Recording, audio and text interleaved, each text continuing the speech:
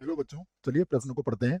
यदि ए सदिश तथा बी सदिश दो असमरेखीय सदिश हैं तथा एक्स ए सदिश प्लस वाई बी सदिश दोनों का योगफल बराबर जीरो है, तो विकल्प दिया गया है एक्स बराबर जीरो परंतु वाई आवश्यक रूप से शून्य नहीं है, वाई बराबर जीरो परंतु एक्स आवश्यक रूप से शून्य नहीं है, एक्स बराबर जीरो वाई बराबर जीरो और उपरोक्त में से कोई नहीं। ये चार विकल्प हमें दिए गए हैं, इनमें से सही विकल्प हमें बताना है। प्रश्न को हल करेंगे उसके पहले मुख्य अवधारणा लिखेंगे। तो यहाँ पर लिखते हैं मुख्य अवधारणा। मुख्य अवधारणा में हम प्रश्न को किस प्रकार से हल किया जाएगा उस पर चर्चा करेंगे, या फिर उसमें कोई सूत्रों का प्रयोग होगा तो उसकी भी बात यहाँ पर करेंगे। यहाँ पर हम सबसे पहले देखते हैं कि यदि यदि हमें दो सदिश दिए जाते हैं ए तथा बी, दोनों ही सदिश क्या है, समरेखी हैं। समरेखीय है। दो सदिश हमने लिए हैं जो क्या है, समरेखीय है। तब तब तब जो इनकी शर्त है वो क्या है कि ए सदिश बराबर होता है लेमड़ा बी सदिश, और यहाँ लेमड़ा कोई भी वास्तविक संख्या हो सकता है। ये बात हमें याद है। अब हमें क्या कहा गया है प्रश्न में, उसकी तरफ चलते हैं।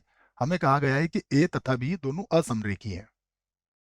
तो ए सदिश तथा बी सदिश क्या है, असमरेखीय सदिश है।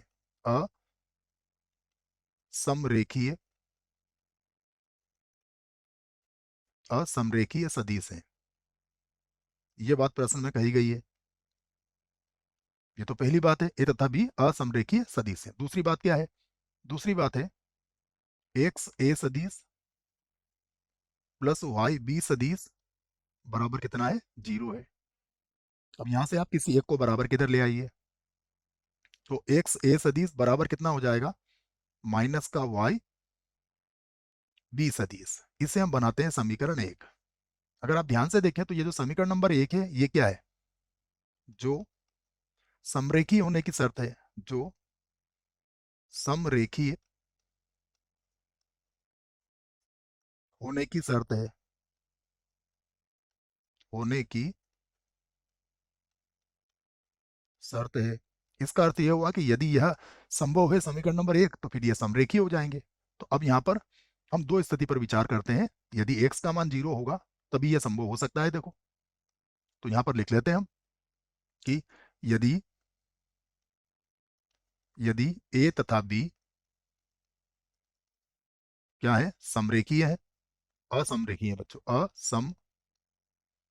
असमरेखीय है, रेखीय है। तब